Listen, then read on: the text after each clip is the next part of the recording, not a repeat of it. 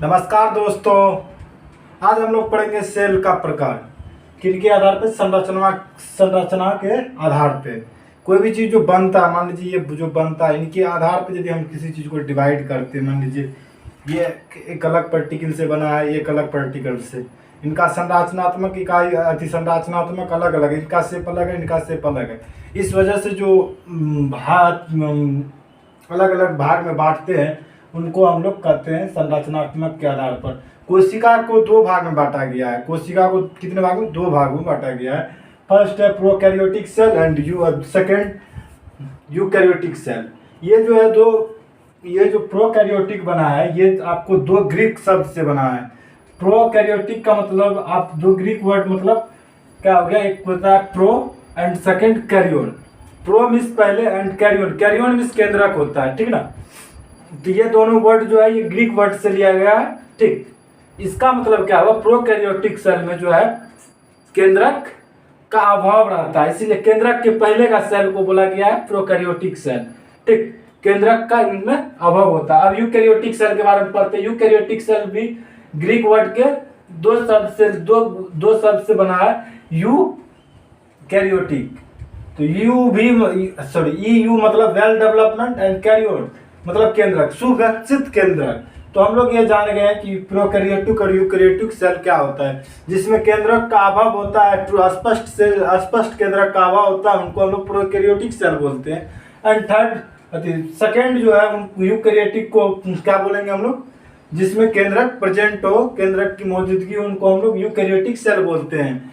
इनका एक एग्जाम्पल देख लेते हैं। ये आर्किया में पाया जाएगा, जीवाणु में पाया जाता है ये प्रोकैरियोटिक सेल। निर्हरित शैवाल में अपना लोग बहुत कॉमनली एक जानते हैं यूनिसेल्युलर, जो एक कोशिकीय होता है अमीबा, वो भी एक प्रोकैरियोटिक सेल ही है, ठीक। यूकैरियोटिक सेल इसमें सुविकसित केंद्रक पाया जाता है। इसका एग्जाम्पल हो गया कवक, पादप, जंतु। हम लोग में भी यूकैरियोटिक सेल ही पाया जाता है। अपने लोग के कोशिका में केंद्रक मौजूद होता है, ठीक।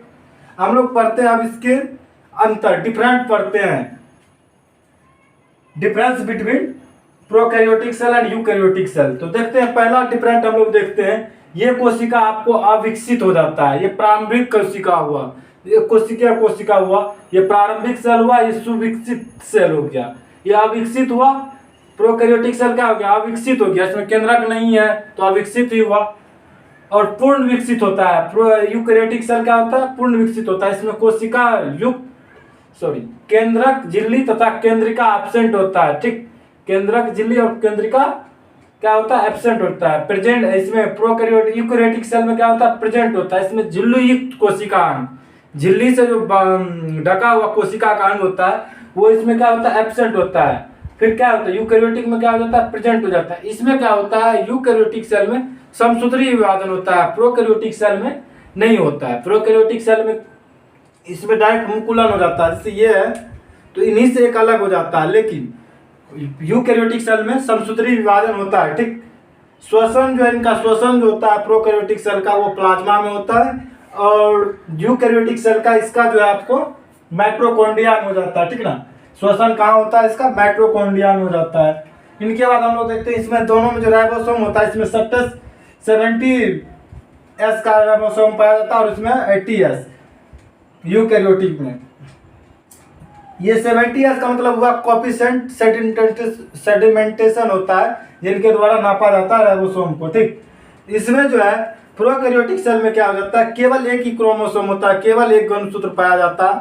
और इसमें प्रोकैरियोटिक सेल में आपको, यूकैरियोटिक सेल में आपको क्या कहते हैं? एक से अधिक पाया जाता है।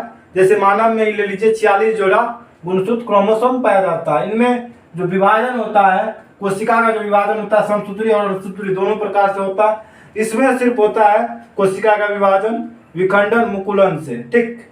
हरित लवक जो होता है इसमें यूकैरियोटिक सेल में, हरित लवक क्लोरोप्लास्ट हम लोग जिनको बोलते हैं वो प्रेजेंट होता है, और इनमें प्रोकैरियोटिक सेल में इसमें एब्सेंट होता है।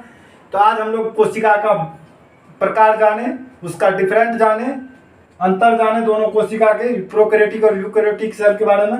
अब हम नेक्स्ट वीडियो में हम लोग पढ़ेंगे इनके बारे में, क्या कहते हैं, डिटेल से पढ़ेंगे। कोशिका के अंग के बारे में डिटेल से पढ़ेंगे, जैसे हम लोग पढ़ेंगे केंद्रक पढ़ेंगे, न्यूक्लियस, राइबोसोम पढ़ेंगे, पढ़ेंगे, इंडोप्लाज्मिक रेटिकुलम के बारे में पढ़ेंगे, राइबोसोम, लाइसोसोम, सेंट्रोसोम, इन सब के बारे में हम लोग अब नेक्स्ट वीडियो में पढ़ेंगे। मिलते हैं अगली वीडियो, धन्यवाद।